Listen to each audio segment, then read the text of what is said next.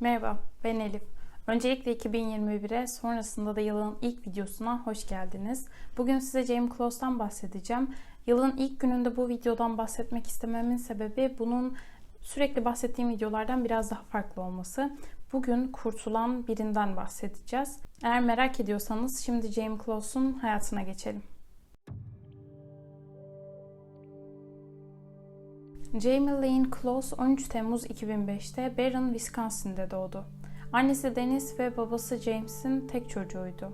Mutlu bir ailesi vardı. Jamie spor yapmayı ve dans etmeyi çok severdi. Bir köpeği vardı Molly isminde. Arkadaşlarıyla zaman geçirirdi. Okula gider gelirdi. Aşağı yukarı hayatı bunlardan ibaretti. Hayatının en kötü anlarını yaşadığında henüz 13 yaşında bir çocuktu. Annesi Facebook sayfasında kızını ne kadar sevdiğiyle, onunla ne kadar gurur duyduğuyla ilgili gönderiler paylaşmıştı ve eminim ki şu anda da onunla gurur duyuyordur. 15 Ekim 2018'de bu aile için her şey değişti. O gün bu 3 kişilik aile için nasıl geçti tamı tamına bilemiyorum ama gece uyudular ve Jamie köpeğinin havlama seslerini duyarak uyandı.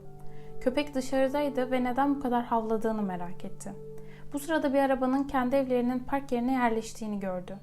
Anne ve babasının yanına koşup onları bir adamın evlerine geldiğini söyleyerek uyandırdı. Babası James kapıya doğru gitti ve giderken adamın bir silahı olduğunu gördü. Karısına kızını da alıp banyoya saklanmalarını söyledi. Bunların ne kadar hızlı geliştiğini tahmin edersiniz. O anda kimliği bilinmeyen bu adam elindeki av tüfeğiyle James'e ateş etti ve başından vurdu. Üstelik bunu eve girmeden yapmıştı.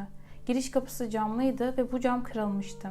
Üstelik ahşap kapının kilidine de silahla ateş edilmişti. Tüm bunları anne kız duyuyorlardı.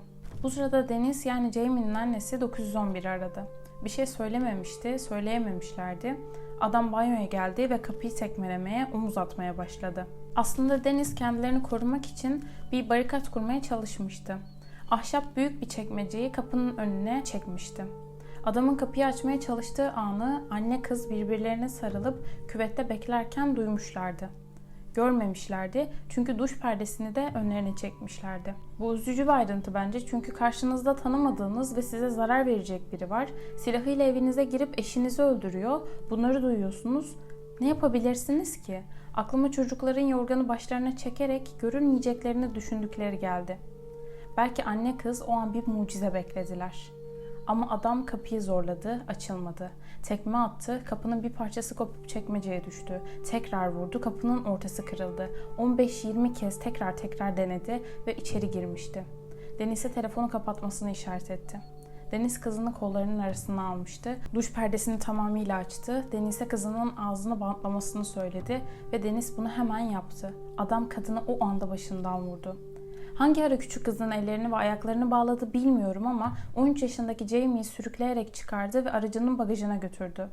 Siyahlar içinde maskeli, eldivenli bir adam bir evin içerisine girip dakikalar içerisinde 2 kişiyi öldürdü ve 1 kişiyi kaçırdı. Jamie'yi 120 kilometre uzaklıktaki kulübesine götürdü. Bu sırada komşular hemen polisi aramamışlardı çünkü yaşadıkları yer avcılık yapılan bir yerdi. Bu yüzden bununla bağlantısı olabileceğini düşündüler.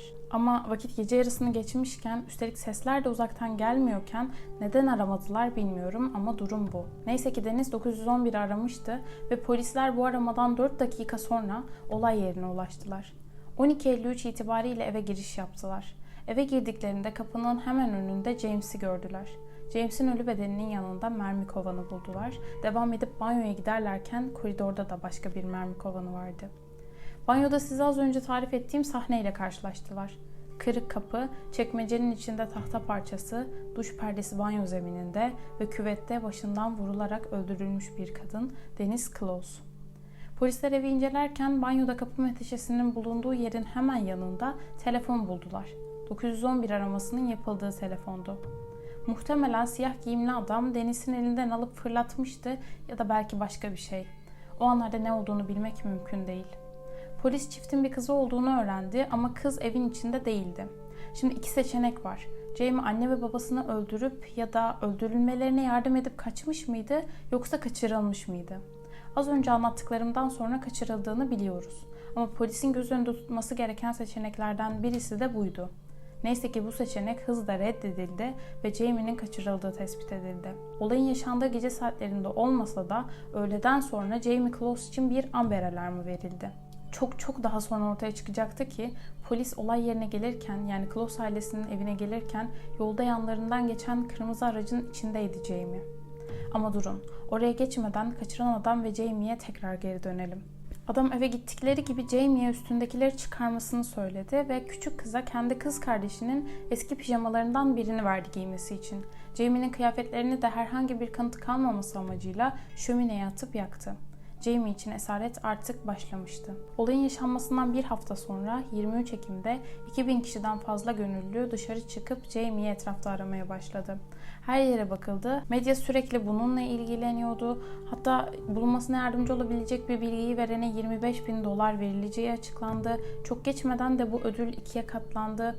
Bir sürü ihbar vardı. Polis tek tek hepsini kontrol etti ama hiçbirisi Jamie Close çıkmıyordu. Hepsi asılsızdı. Aradan zaman geçtikçe belki medyadaki ilgi ilk günkü gibi değildi. Ama Jamie'nin geniş bir ailesi vardı ve onlar asla umutlarını yitirmiyorlardı. Jamie'nin bir gün geri döneceğine emindiler, emin olmak istiyorlardı.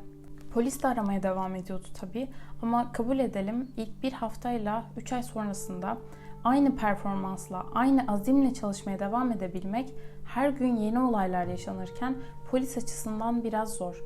Bunu eleştiri olarak değil de gerçekçi olmak açısından söylüyorum. Yoksa polis tabii ki aramaya devam etti. Polis Jamie'nin hayatını araştırdı ama şüpheli hiçbir durum yoktu. Bu yüzden ailesinin, yani anne ve babasıyla ilgili gerçekleşen bir olay olduğu düşünüldü. Onlardan intikam almak için yapılmış gibi, asıl hedef onlarmış gibi. Dennis ve James'in hayatı incelendi. İkisi de aynı fabrikada 20 yıldan uzun bir süredir yönetici olarak çalışıyordu. 56 yaşındaki James Close bir lise basketbol yıldızıydı. Liseden sonra da spora ilgisi, düşkünlüğü devam etti. 46 yaşındaki Dennis Close ise yakınlardaki başka bir kasabada büyümüştü. Bölgedeki birkaç Katolik kilisesinde din eğitimi dersleri verdi. Onu sevenler ondan bahsederken çiçekler yetiştiren, kuşları besleyen ve herkese yardım eden nazik biri olarak anıyorlar. Dennis Close son gününde öğleden sonrayı yeğenlerinden birinin doğum günü partisinde geçirmişti. Yerel gazetede yazdığına göre sadece doğum günü çocuğu için değil herkese hediyeler getirmişti. Dennis Close'un Facebook sayfası ilham verici sözlerle doluydu. Yağmur yağdığında gökkuşağını arayın, karanlık olduğunda yıldızları arayın. Başka bir tanesi de çok güzel. Sevdiğimiz biri cennette olduğu için evde biraz cennet var. İkisi de iyi, düzgün insanlardı. Kim onlara niye zarar versin ki? Jamie'nin ebeveynlerinin 27 Ekim'de olaydan 12 gün sonra cenaze töreni yapıldı. İnsanlar akın akın oraya gelmişlerdi. Jamie'nin kaçırılmasından ve ebeveynlerinin öldürülmesinin üzerinden 2 hafta geçmişti ki bir adam şüpheli olarak tutuklandı. Polis olayı gerçekleştiren kişinin tekrar eve gelmesi ihtimaline karşı evi kontrol ediyordu. Üstelik hareketle etkinleşen kameralar da evdeydi. Adamın eve girmesiyle polisler hemen evin etrafını çevrelediler ve adamı tutukladılar. Jinky Ennis eve giren kişiydi. Yaşanan olayla ilgisinin olmadığını söyledi ve itiraf etti. Eve hırsızlık yapmak için girmişti. Evden pembe ve beyaz olmak üzere 2 üst ve iç çamaşırı çalmıştı. Jamie'ye ait eşyaları. Ona bunu neden yaptığı sorulduğunda ise kızın kaç beden giydiğini merak ettiğini ve bu eşyaların yokluğunun fark edilmeyecek şeyler olacağını düşündüğünü söyledi. Yaptığı şey normal değil, doğru da değil ama bu yaşananlar onun işi değildi. Jamie Close'un kaçırılmasının üzerinden 88 gün geçmişti ki beklenmeyen bir şey oldu. Jamie Close canlı bir şekilde bulundu. 10 Ocak 2019'da Jamie'yi kaçıran kişi, adı Jake Patterson'dı, evden 5-6 saatliğine ayrılmıştı. Jamie bu 88 günde onun kaçıranın günlerini, rutinini izlemişti ve o günün kaçmak için en uygun zaman olduğunu düşünerek muhtemelen gittiğinden emin olduğunda durması gereken yerden Jake'in yatağının altından çıktı ve ayağına adamın kirli eski New Balance spor ayakkabılarını geçirip üstünde mont bile olmaksızın kendini sokağa attı. O an ne kadar korktuğunu, onun stresini anlatmam mümkün değil belki kelimelerle ama ayakkabılarını ters giymişti çıkarken. Sağ ayağına solu, sol ayağına sağı geçirmişti. Sokağa attı kendini dedim ama sokak demek de ne kadar doğru olur bilmiyorum. Çünkü Jake'in kulübesinin bulunduğu yer izole olmuş bir yerdi. Etrafta ağaçlar vardı, yollar vardı ama hiçliğin ortasındaydı diyebiliriz. Dışarısı buz gibiydi, karla kaplıydı. İleride bir kadını gördü Jamie koşarken. Kadın köpeğiyle birlikteydi. Ona bağırdı. Yardıma ihtiyacım var. Benim adım Jamie Close, evime gitmek istiyorum. Neyse ki karşısındaki kadın Jean Nutter'dı. Eski bir sosyal hizmet görevlisiydi ve eşi bir polisti. Ne yapması gerektiğini biliyordu. Jamie'ye onu bildiğini söyledi çünkü Jamie Close'un fotoğraflarını görmüştü. Onun kayıp olduğunu biliyordu. Jamie'yi alıp hemen komşusunun evine gitti çünkü kendi evinde güvende olmayacaklarını düşündü. Onu kaçıran kişinin evine en yakın mesafede olan ev onların eviydi. Bu yüzden aralarına mesafe koymak istemişti belli ki. Komşusunun evine gittikleri gibi 911'i arayıp haber verdiler. Hemen polis geldi ve onu, yani Jamie'yi buradan uzaklaştırmaları gerektiğini biliyorlardı. Çünkü onu kaçıran kişi daha önce birilerini öldürmüştü.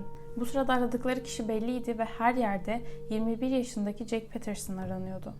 Hoş, çok fazla aranması da gerekmedi çünkü aracıyla dışarı çıkmıştı ve o da Jamie'yi arıyordu. Polis aracını durdurduğunda onlara sadece "Bunun neyle ilgili olduğunu biliyorum" dedi. Jamie kendi özgürlüğünü kazandı. Ailesinin katillerini resmen adalete kendisi sundu. Üstelik tüm bunları yaşarken 13 yaşında bir çocuktu. Jack polise ifadesinde zaman geçtikçe kaçırma olayından da sıyrıldığına inandığını söyledi. Dedektiflere Jamie'nin ortadan kaybolmasıyla ilgili haberleri sık sık izlediğini ve polisin onu asla bulamayacağına inanmaya başladığını söyledi. Dediğim gibi onu kaçıran kişi 21 yaşındaydı. Bunlar yaşanırken işsizdi fakat Jamie'yi ilk gördüğü an işe giderken Jamie'nin okul otobüsünü beklediği andı. Jamie o sırada arkadaşlarıyla konuşuyordu ve söylediğine göre Jack onu gördüğü anda kaçıracağı kızın bu olması gerektiğini biliyordu.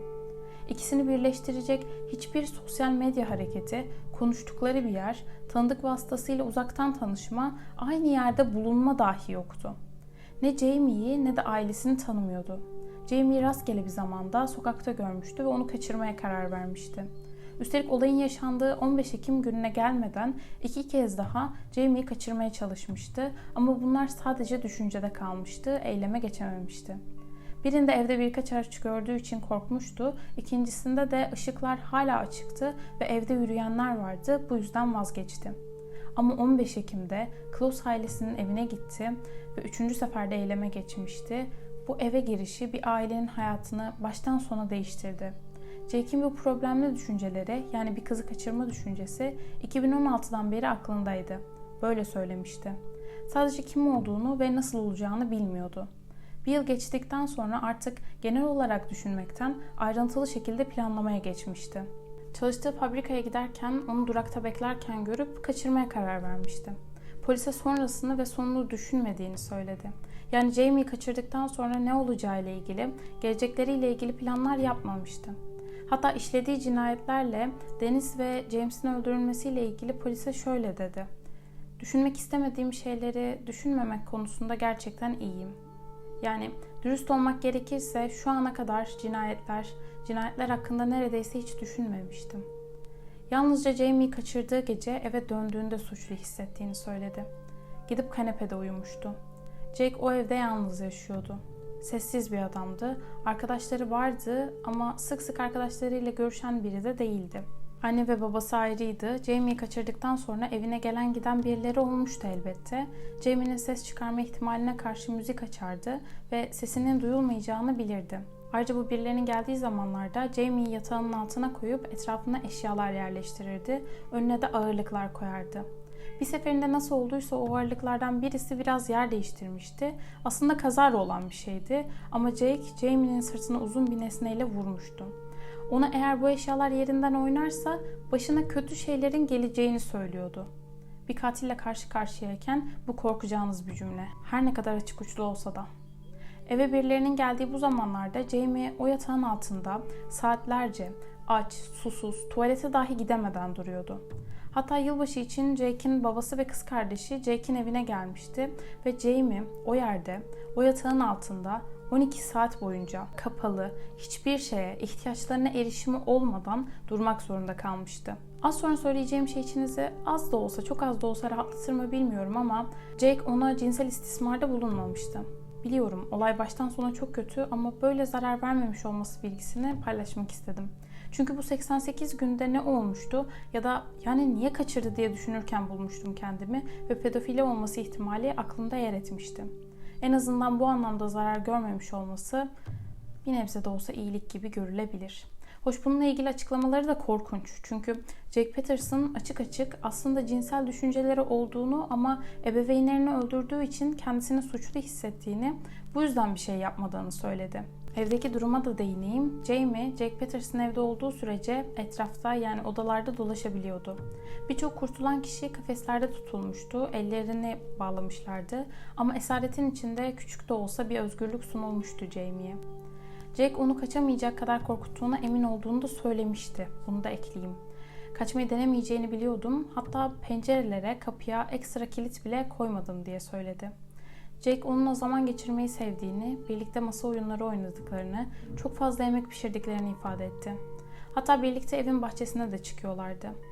Polisler özellikle Jamie'nin görünüşünü değiştirmeyi düşünüp düşünmediğini sordular. Jake aslında bir keresinde saçlarını kesmeye çalıştığını ama Jamie'nin ağladığını ve istemediğini söyleyince bunu yapmaktan vazgeçtiğini söyledi. Sona doğru sürekli Jake Peterson'ın ifade ettiklerini aktarıyorum. Çünkü yayınlanan belgelerde Jamie'nin ifadeleri paylaşılmadı tahmin edersiniz ki. Duruşmalarda suçlu olduğunu kabul etti ama 21 yaşındaki Jake Peterson bu iş için hiç beklenmedik biriydi. Jamie Close kendi kendine kurtardı, bu çok açık. Çünkü onu kaçıran kişi Jamie'yi alıp kendi evine getirinceye kadar ismini bile bilmiyordu. Öldürdüğü kişilerin ismini bilmiyordu. Sabıkası temizdi, hiç suç işlememiş biriydi. Utangaç, sessiz biri olarak tanınıyordu. Tüm bunlar ortaya çıktıktan sonra bile onu tanıyanlar, birkaç arkadaşı onun böyle bir şey yapacağına asla ihtimal vermediklerini söylediler. Yaşadığı yer küçük bir yerdi ve herkes birbirini tanıdığını söylüyordu. Jake Peterson tutuklanıncaya ve tüm bunlar ortaya çıkıncaya kadar orada yaşayanların Jake'ten haberi bile yoktu.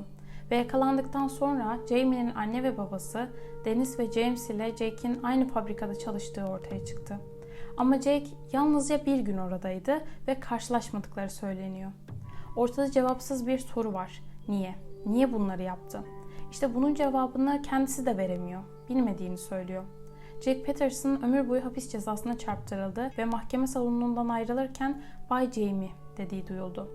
Ama o günle ilgili bir şey daha eklemek istiyorum. Jamie Close'un yazdığı ve mahkemede okunan mektubunun bir kısmı. Geçen Ekim'de Jake Peterson sevdiğim birçok şeyi benden aldı. Ama Jake Peterson'ın benden asla alamayacağı bazı şeyler var. Özgürlüğümü alamaz. Bana sahip olabileceğini düşündü ama yanılıyordu. Ben daha zekiydim. Onun rutinini izledim ve özgürlüğümü geri kazandım. Her zaman özgür olacağım ve o olmayacak. Jake Peterson cesaretimi asla alamaz. Beni kontrol edebileceğini düşündü ama yapamadı. Yaptığı şey bir korkan yapacağı şeymiş gibi hissediyorum. Ben cesurdum ve o değildi. Ruhumu asla alamaz. Benim onu sevebileceğimi düşündü ama yanılıyordu. Beni asla değiştiremez veya olduğum kişiyi alamaz. Beni mutlu olmaktan ve hayatıma devam etmekten alıkoyamaz. Hayatımda harika şeyler yapmaya devam edeceğim ve o yapmayacak. Jake Peterson benim üzerimde asla bir güce sahip olmayacak. Onun üzerinde biraz gücüm varmış gibi hissediyorum çünkü yargıcı ona ne olması gerektiğini düşündüğümü söyleyebiliyorum. Ailemi benden çaldı, neredeyse sevdiğim her şeyi benden çaldı, 88 gün boyunca beni çalmaya çalıştı ve bunu yapmak için kimi incittiğini veya kimi öldürdüğünü umursamadı. Sonsuza kadar kilitli kalmalı. Bu yazdıkları çok kıymetli çünkü her şeyini çalan bir adama karşı geldi, yaşamı seçti, özgürlüğü seçti. Güçlü bir kız o ve sayesinde hepimiz umutlu olmamız gerektiğini tekrar gördük, öğrendik. Ve bunu bize dediğim gibi 13 yaşında bir çocuk gösterdi. Yeni yıla böyle bir video ile başlamak istedim çünkü Jamie sayesinde kaçırılmasının üzerinden 10 yıl, 20 yıl geçse bile birilerinin yaşayabileceğine, kurtulabileceğine dair umutlarımızın devam etmesini istiyorum. Yeni yılda bahsedecek bir konunun, dosyanın kalmamasını istiyorum. Tüm çocukların evine Jamie Close gibi sağ salim dönebilmelerini istiyorum ve biliyorum ki bu kanalı izleyen herkes benimle aynı düşünüyor. Yeni yılınız kutlu olsun. Zor bir yılı bitirdik. Umarım bu yıl hepimiz için çok çok daha güzel olur. Kendinize iyi bakın. Başka bir videoda görüşmek üzere.